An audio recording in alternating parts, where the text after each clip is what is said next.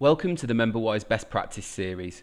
This video is brought to you today by the MemberWise Network, the leading free-to-join best practice network for membership and association professionals. We hope that you enjoy this great presentation, and for further information about our growing network, please visit www.memberwise.org.uk. Thanks very much. I am Phil Morgan, I'm the Deputy Chief Executive of the Chartered Institute of Public Relations. Lindsay is a volunteer member on our board. Our mission as an organisation is to create public relations as a chartered, predominantly individually chartered profession by 2026. So that means that more people than don't hold a the individual professional designation of chartered public relations practitioner than currently do by 2026. And given that there are fewer than 300 in the country, that's quite a mission.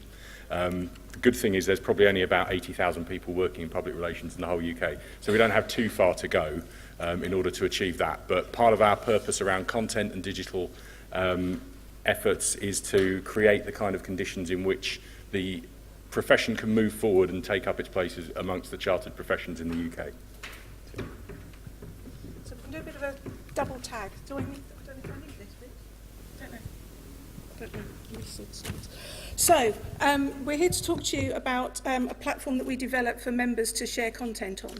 So, the long history is that we had a relationship with a professional weekly magazine. I won't say who they are, but there are not many of them in the PR world. And that relationship came to an end at the end of 2014. So, members no longer received a free copy with their membership. We had a bit of a vacuum. Members were used to receiving a print publication with their membership, and we had stopped that. So what did we need to fill that vacuum with? So we had something called The Conversation. It was a blog platform. Syndicated blog posts went to it. Mine was one of them that went to it. So everything that I blogged on my own company blog would get syndicated up to The Conversation. Very little quality control was done on them. So whether it was relevant or not to The Conversation, everything went up on there. So it wasn't ideal, but it was something that started to fill the gap. So we needed to find something that members wanted, so we asked them very, very simply. So there was a survey that went out to the membership, and at the end of 2014, we had an interim editorial board that was set up. Sorry? This one, brilliant. Sorry, folks. So it was a cross-section of the membership. So that was public sector, that was private companies, that was agencies, it was in-house, it was independent practitioners. It was a whole cross-section of the membership. And they then determined what the new editorial offering was going to be. So my owned bit, in quotes, it's a PR term. There are four channels. You can have paid channels, which are advertising, earned, which is the media. We have shared, which is social media, and owned, as in our channels. So we had our own channels, and we needed to know how we could use those channels.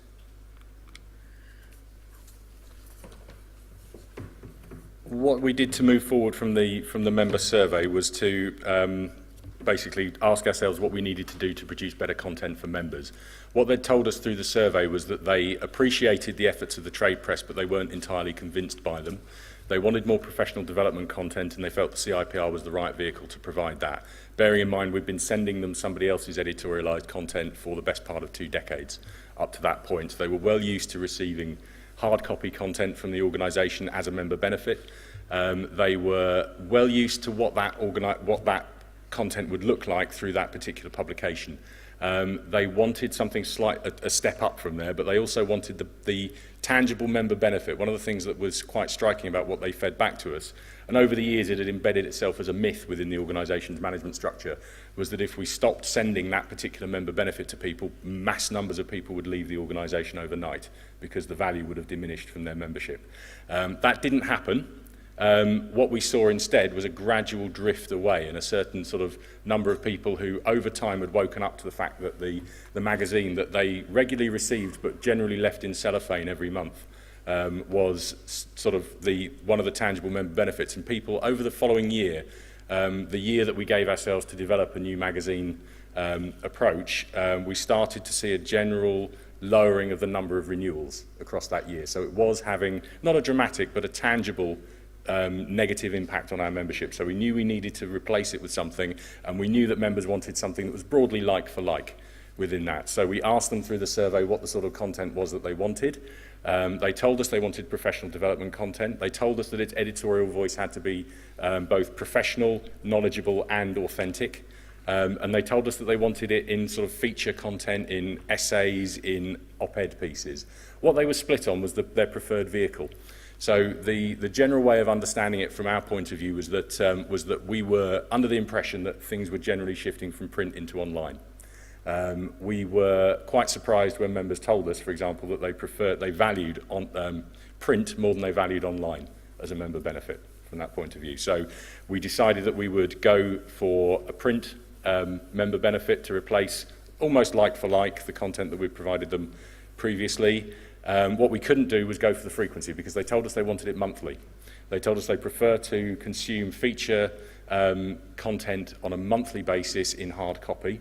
We could only manage, just basically for management reasons and for reasons for not wanting the CIPR to fall over in its first year of trying this, we could only really manage quarterly. So that's what we've done, and that's what has generally been well received. The stepping stones towards making that work, though, was that we needed to put the infrastructure in place. So first we needed a publisher, and the other thing we needed was to find the right editor. At first we went for the editor that we could afford, and we've lucked out. He's been absolutely brilliant in terms of creating content and getting to grips with the type of profession that we are. And secondly, we tendered for the publishing contract, and we've worked with Think from that point on, who've been a very good publisher. I know that Ian was giving you the presentation just before. So generally, we produced, by doing this, we produced a better content vehicle that was closer to what the institution itself was aspiring to do, which is to generally provide its members with better professional development content. Part of this process wasn't just working with staff and the publisher, it was also working with volunteer members. Lindsay mentioned the interim editorial board. We quickly moved from having an interim editorial board to having a full editorial board, whose job it is to be responsible and answerable to the board of directors of the institution for the content of the magazine and its production. Generally, they're very light touch, but they're a very connected small group of individuals who have a particular specialism and interest in publishing, and they come from all walks of life within the institution. So we have award winners at the sort of the peak of their career, down to award winners very much at the start of their career, if you like. But there's generally a level of expertise that we've brought into that editorial board. They were really formed to try and tap into the positive feedback from members to the first edition, because we got a very good level of response from members, and we were very keen to work and to develop that. And the growing strategy took us into an online area as well. So once we got the magazine going, which turned out to be quite a success, it was uniformly well received. I think out of nearly something like, I don't know, several hundred tweets, we had 2 negative tweets across the first 2 editions. So for 6 months, the first time in my management career, I've had almost complete uniform praise for something I've done, which was an enormous. I actually told my mother about it for a change.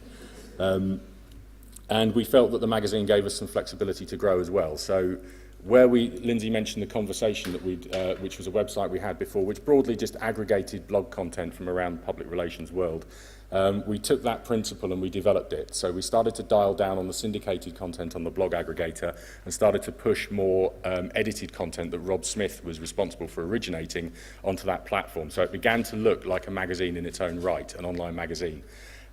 So we've got where we find that at the moment, and we're sort of on the cusp of developing it onto another level, is we've got a website there which syndicates blog content from around public relations and also bespokes its own online material, which are generally articles of about 300 or 400 words, so looking a lot like blog content. And every so often, every quarter, we drop a few of the longer piece articles from the magazine onto the website as well, to give people a flavour of what they would get in hard copy only. But we've generally created a separation between what you get in hard copy to create the sense that members are getting a specific benefit that they only get as members. So the only time we allow influence to go, as a magazine, to go to non-members is when they sign up for 2 free editions once only basis, once a year, which helped create sort of new signings for our non-member mailing list, which we then have other marketing potentials on. So basically, we reckon if anybody who's not a member wants to read the magazine, they're probably likely to want to become a member once they've read the magazine. So that's how we've used it to try and grow our membership and grow our marketing lists as well. And what we're looking to do with the website is to create a better platform for advertising and to develop it gradually so that it becomes a much more flexible vehicle for other media such as video and podcasting. I think that's broadly it. I've skipped over a couple of slides. Sort of amalgamated some slides. So that from the member engagement perspective, there is now one email that goes out to all the members on a Friday. So it's a summary. Rob Smith, the editor, will summarise the key articles that have been on the Influence blog during the week, and then that goes out to everybody on a Friday lunchtime. It then causes a spike of traffic to the Influence site itself. And the stat we've got up there, as you can see, the first 4 weeks after the launch of the print edition, the traffic went up to the Influence website by 87%, and that's then been maintained from then on. So from the print side of things, Phil mentioned about the negativity that was non-existent, basically. So there was a 99% positive sentiment over social media, which is absolutely amazing for a new initiative to come out. We did a reader survey, and out of that reader survey, again, it was very, very positive. The stats were, well, we thought in our guts that this is what they were going to be, but it's nice to see those in actual sort of hard figures. So for 12% of people to actually say they pass it on to their colleagues, for a trade publication, we thought was very, very impressive, even though in terms 12% is quite low, but you know, how many of you would actually have a trade publication and pass it on to somebody else? And also that 66% keep future copies for their own reference. I've got my 3, we've only issued 3 so far, and I've got them with me today. So nobody can take them. If you want to see them, you can look at them, but you have to give them back to me because I still use them, I still refer to them. Do you want to talk about that? In terms of lead generation for it, I mentioned that we've started to populate our non-member mailing list using it. We did this on the basis that there was that we would print a surplus number of magazines each quarter. Generally, we print a surplus enough to cover people who join during the quarter, so we can send them a back issue when they first arrive. And we also printed enough so that we could meet the interest that was in it. So a lot of people were tweeting us to say they'd like to get hold of a copy. We were saying it's a very cheap subscription. It's £235 and you get a free CIPR membership thrown in. That seemed to get a better response than it got in the room anyway. So from Twitter. So we started to use it as a way of drawing people towards us, and that's what we're going to continue to do. We're starting to develop a brand around it as well, so that there is the possibility of live events to do with the magazine, and generally to make it a much more valuable piece of a much more valuable asset for the Institute going forward. It's something I have to say. We went into it with very low expectations generally, which was a good place to start, because we had no experience as a publisher. I had personally had no experience of producing a magazine. We'd never employed a journalist within the institution before, and we generally relied on the trade media to meet our members' needs during that way. When that commercial relationship that we had with them started to decline, we needed to act to do something about it, because it wasn't just that we were losing the potential advertising revenue and the potential commissions from the types of relationships that we had with the publishers that were doing their own content.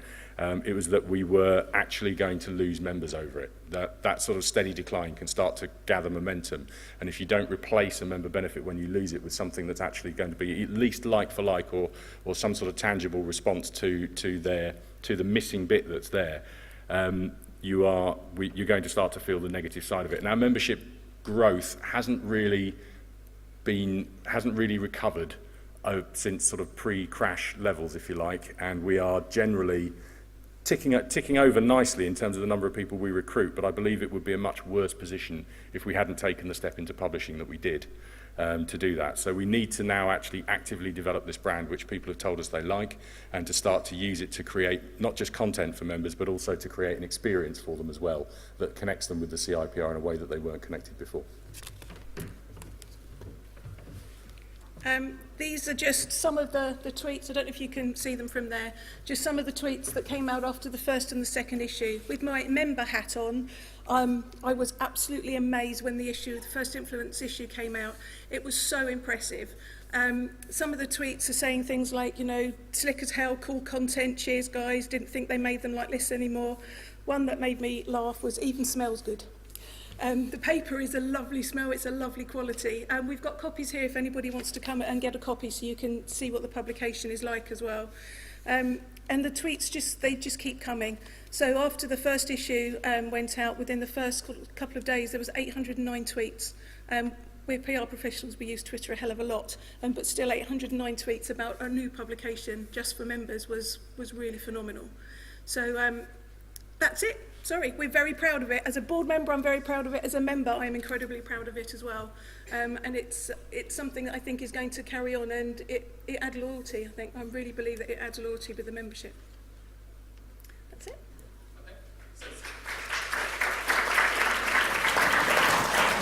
So if it's okay, what I'd like to do, if that's okay, is just to pitch a few questions to you, because obviously the last session that we had, Ian, you presented that, and obviously there was a comment that was basically, when it comes to publications and actually doing more things, so in terms of the governance structure with CIPR, how are you making sure that the people at the top are actually helping and enabling all this fantastic stuff? Is it that you're taking a step back and letting Rob and think get on with it, or just tell me what do you think is making this successful from a governance perspective? Our president this year. Can you get closer to the mic if you can? This year, Rob Brown, he's actually on the editorial board, and he was on the interim, and he's very much steered this. So it is very much a top-down. But the editorial board do make a lot of the decisions about the content. So they are from the membership. So it's very member-led as well. Okay. And in terms of the actual project, so the realisation that the publication that you had, it needed to change, how long was that process from start to finish, from the idea of doing that to actually changing? We had probably about 9 months in which there was a negotiation with the previous publisher, which was started. We got an inclination about 2 or 3 months into that it wasn't going to come out in the way that we were prepared to accept. That still took about another 6 months to work through, but we got to the point where at the beginning of last year we were able to say, right, we're completely free of any commercial considerations around this, and we've got a year to plan.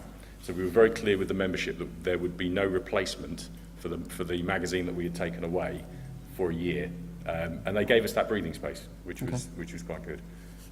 And in terms of if there are other membership organisations in the room who are in that same position, if you've got like a top tip for them when they're thinking about making that, what I think would possibly be quite a scary transition, what would be, both of you, what would be a top tip for those organisations who are just thinking about it? What would you recommend that they do or think about? It sounds very simple, but listen to your membership. We were very, very surprised when the general membership wanted to have a print publication, and when it was mentioned at the board meeting that we're going to go for a print one, we were like, really? Are you sure? Go back and check the facts.